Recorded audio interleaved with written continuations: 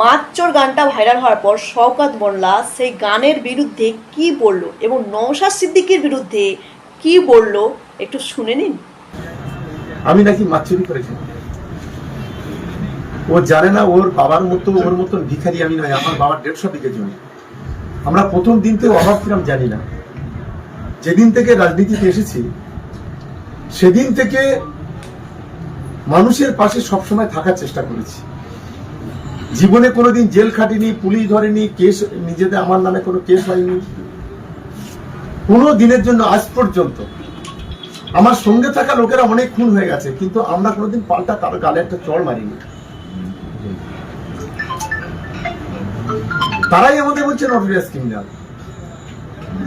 বিজেপির একটা দল এসেছিল, মানবাধিকার কমিশন এসেছিল দিল্লি থেকে, সম্ভবত 2021-এর লোকসভা বিধানসভা নির্বাচনের পরে।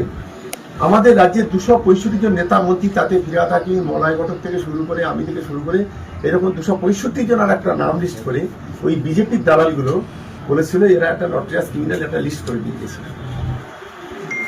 সেখান থেকে এরা এই ধরনের কথা আমাদের বলে যে একটা মেয়ের সঙ্গে 3 বছর শুয়ে মেলামেশা করে তাকে বিয়ের প্রতিশ্রুতি দিয়ে মানে হাইকোর্টে 17 জন উকিল নিয়ে বেল নিল, সে নটোরিয়াস ক্রিমিনাল নয়।